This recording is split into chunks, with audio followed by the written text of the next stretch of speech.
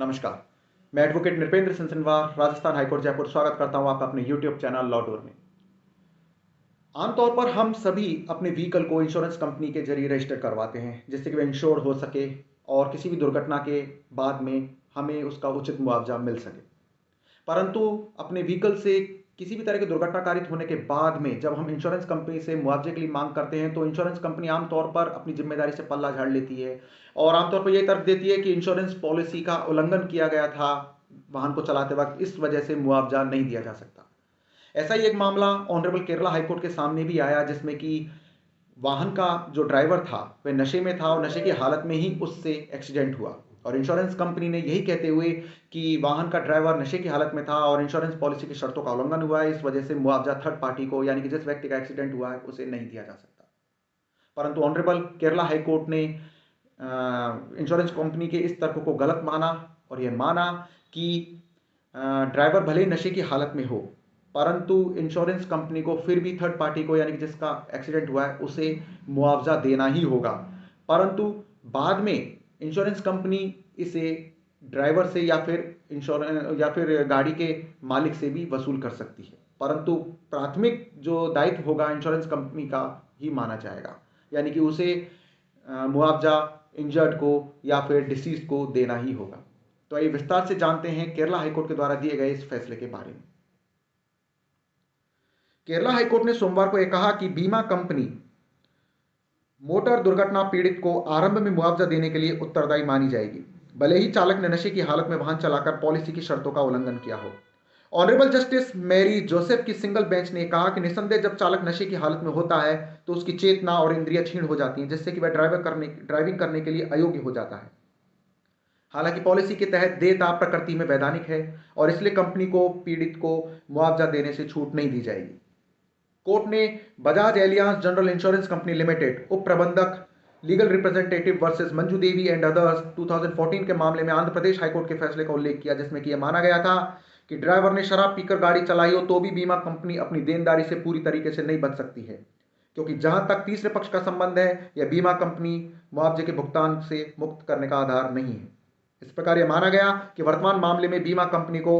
अपीलकर्ता दावेदार को मुआवजा देना ही होगा, बाद में वह इसे वाहन मालिक और चालक से वसूल कर सकती है। मौजूदा मामले में यह दोनों पहले से ही दो प्रतिवादी थे।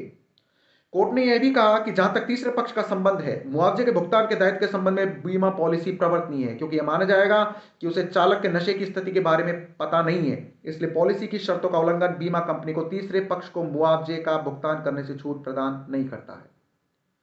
इस मामले में एग्जिबिट B2 और B3 स्पष्ट रूप से कहते थे कि पहला प्रतिवादी यानी कि जो कि वाहन का ड्राइवर था वह नशे की हालत में कार चला रहा था और उसे नशे में गाड़ी चलाने के लिए चार्जशीट भी किया गया था।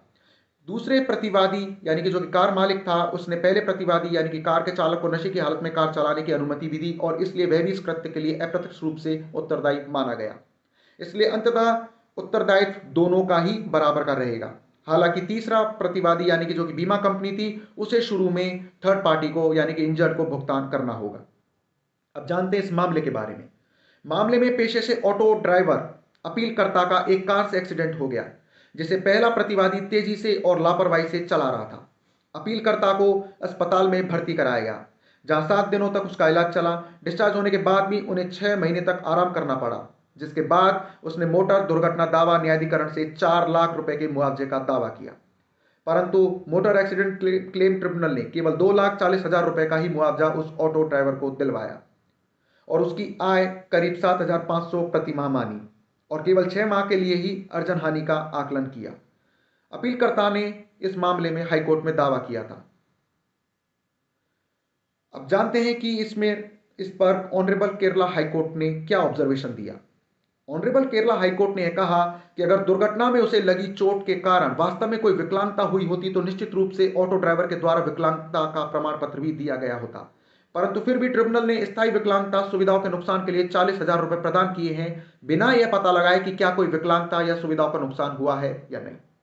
हालांकि कोर्ट ने यह विचार किया कि चूंकि अपीलकर्ता 7 दिनों के लिए अस्पताल में भर्ती था और 1,14,596 रुपए इलाज में उसके खर्च भी हुए थे, इसलिए यह निश्चित करेगा कि उसे गंभीर चोट लगी थी, जिसके लिए उसे व्यापक उपचार की भी आवश्यकता थी। इस वजह से केरला हाईकोर्ट ने कहा कि इसलिए दर्द और पीड़ा के लिए यह न्यायालय 20,000 रुपये और ज़्यादा अवार्ड दिलाने का